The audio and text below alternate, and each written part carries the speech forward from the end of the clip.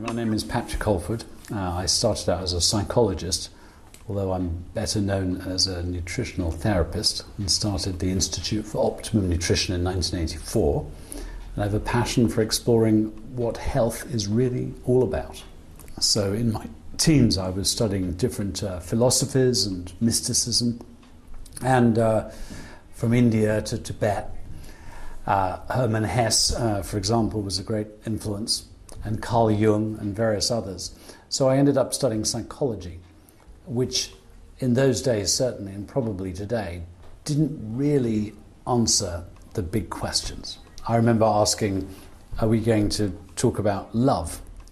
You know, love is a very important aspect of being human. They said, good heavens no, we just do science. However, in this rather limited concept of psychology, I got fascinated in neurochemistry and the chemistry of our mind and mood, serotonin and melatonin, and what makes us feel stimulated and relaxed and concentrate and so on. And that got me interested in two subjects. One was intelligence, how can we have more of that? And the other was schizophrenia as the worst example of sort of mental suffering. And I was very much oriented towards psychotherapy. But as I researched it, it seemed that psychotherapy was not very effective for schizophrenia. And the drugs, well, they're really chemical straitjackets.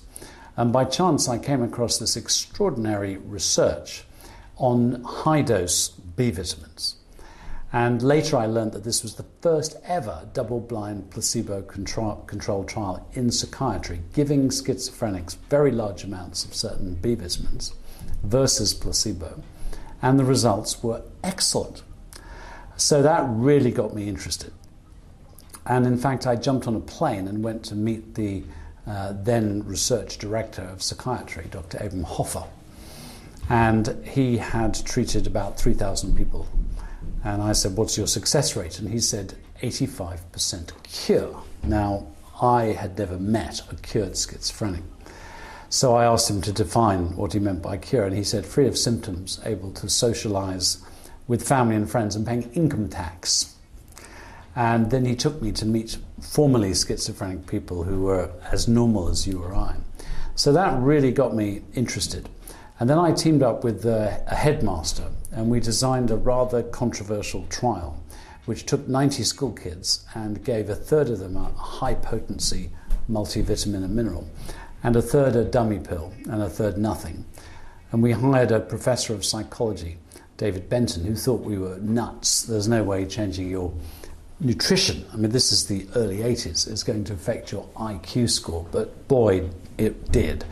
We had a 10-point increase in IQ in the kids on the vitamins and 3-point in the placebo. That's a very big difference, 7 points. So by then I got really fascinated in the mind and the effect of nutrition. And that led to understanding, which again was a heretical idea back in the 80s, that maybe all this heart disease and cancer and diabetes and now Alzheimer's could be a consequence of suboptimum nutrition. And that defined my work for the next 30 or so years. But I was very excited this year to get an opportunity to explore the other aspects of health, because nutrition's a very important part, but it's not the only part.